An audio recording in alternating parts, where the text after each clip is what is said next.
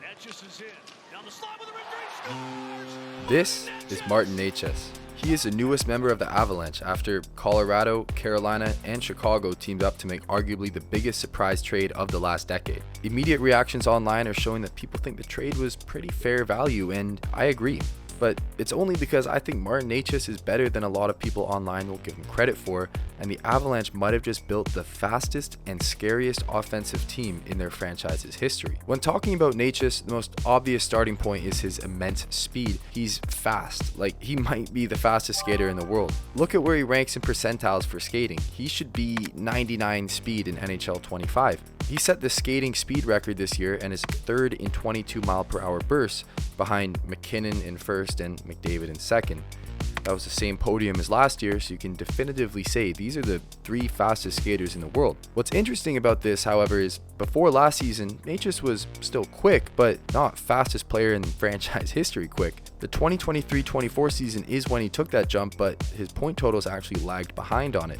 This season, he's putting the speed and the offensive talent together, and it's making him an ultra-effective playmaker. It's not just straightaway speed though, his acceleration is top-notch, and it's why in the offensive zone, he's first to every puck on this possession. His constantly growing game IQ with his lightning quick feet means he burns Horvat there to get McKinnon another chance. Along the ice covered how Mikko Rantanen learned how to play fast to operate with McKinnon. It led to a lot of success between the two of them. I mean, they won a cup together, multiple 100-point seasons. Rantanen loved to follow the play and work on the rush. Rantanen's success in Colorado made sense. He was a finisher to McKinnon's playmaker, but with Necas and McKinnon together now, it feels like either one of them could be the playmaker and either one of them could be the finisher. Mac has historically loved to rip shots. He's already been first in the NHL 3 times in shots, and this year it's actually been a bit of a down year, but since McKinnon and Necas teamed up, McKinnon has 16 shots in 3 games, the second most in a 3-game span this season from him, and also about the pace of his league-leading shot totals. The speed is going to make Colorado, a team that has Taves and Makar, 2 of the fastest defensemen in the world, into the fastest team in the league, a trait that was talked about a lot the last time they won the cup in 2022. But Necas isn't just a speed skater, he's also one of the best playmakers in hockey, and even led Carolina in high danger passes per 60 this season before being dealt. He's one of the better playmakers in the game and tends to favor towards rush offense. I mean, he's fast as hell. Of course he prefers rush offense, but based on the first few games, it seems like Necas is actually going to be shooting a bit more. He's at 22 shot attempts in 3 games, which is 24th in the NHL. Despite getting 3 goals, he hit the post 3 times against the Rangers. A lot of Necas' playmaking comes from being the primary puck handler. He isn't one of those playmakers that acts as a bumper. You would pass to Kucherov and he would one-time pass it cross ice for an open Braden point. Necas isn't really like that. He makes his best passes when he's confident, is using his legs, and is making the defenses work a little bit and making them a little bit more scared. This is a bit of a signature move with him, where he collects the puck on the left wall, threatens a pass back, threatens a pass through the ice, and threatens a pass through the slot. If none of those options are there, he takes it back around for another chance at a slot pass or pass back to the point, but if the goalie is slow for a wraparound, he just puts it in himself. Necas is actually one of the most consistent users of the wraparound in the entire NHL. It's not that often that people even use it. For how common people talk about it, it's basically a bit of a rare shot. It's rare enough that Ovechkin has never officially scored a wraparound, despite trying it 9 times in his career. Fun fact. So Necas wants to be the primary puck handler, but in the scenario that he won't be that while playing with McKinnon, it means he's going to have to use his shot a bit more. Luckily, he also has one of the hardest one-timers in the league and an overall underrated shot. Necas' shooting is genuinely underrated. He's gotten over 90 miles per hour on his slap shot 3 times this season, and that's because his slap shot has slowly become more and more essential in his toolkit.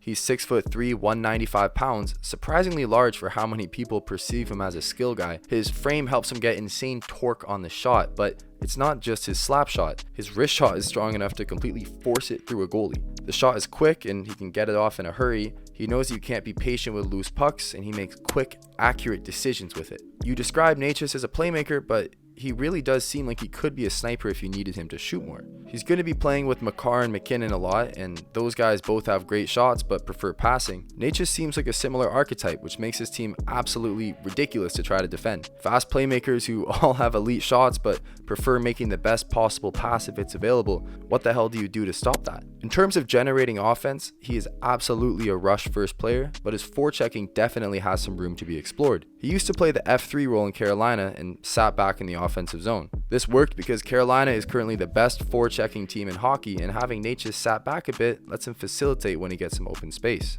Some people saw Necas as playing a less aggressive game, whereas others said Carolina was allowing Necas to cook in a system that didn't work for him. Maybe that's why they moved away from Necas in the first place, but what's so interesting about Colorado is that back in 2021, when they were the scariest team in the league, they were the most dominant rush team by a country mile. That's what Necas brings to the current Avalanche, who are significantly worse than last year when they led the league again in rush offense. So what makes Necas so good on the rush? Well, he led the Canes in controlled zone entries per 60 this season and in entries that led to a scoring chance. That's the important part. If he was on the Avalanche, he would have been second to McKinnon in controlled entries and actually ahead of McKinnon in entries that led to a scoring chance, which is very important for what he can do for Colorado.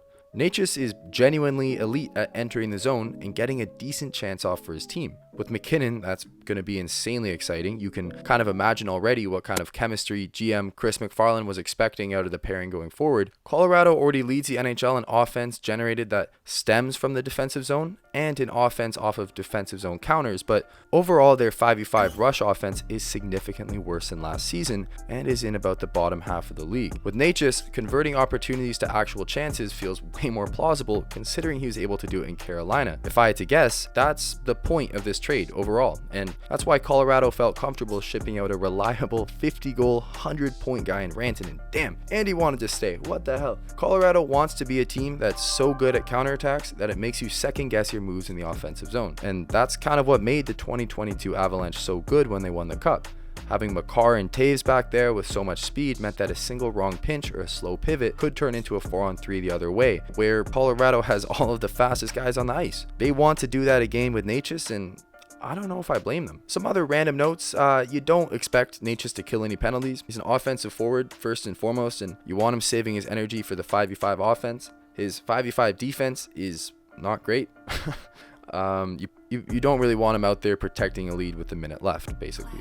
Necas is also one of the best overtime killers in the league. It's ridiculous how good he is at scoring in 3v3 hockey, but what that means for the playoffs, not much. But if you get a 4-on-4, throw McKinnon, Necas, Makar, Taves out there, and it's maybe a guaranteed goal. Extra space is Necas' bread and butter. But that does mean that the fact that his power play production should be insanely strong, right? But before this season, it was actually lacking for a while. Early results in Colorado showed that he's playing pretty amazing on the power play after a pretty great season on the power play this year in Carolina. You could expect his point totals to jump a bit, which is pretty crazy to hear considering he's already on pace for about 90 points this year. Despite all the great things I've said about Necas, I think there are some areas he could improve.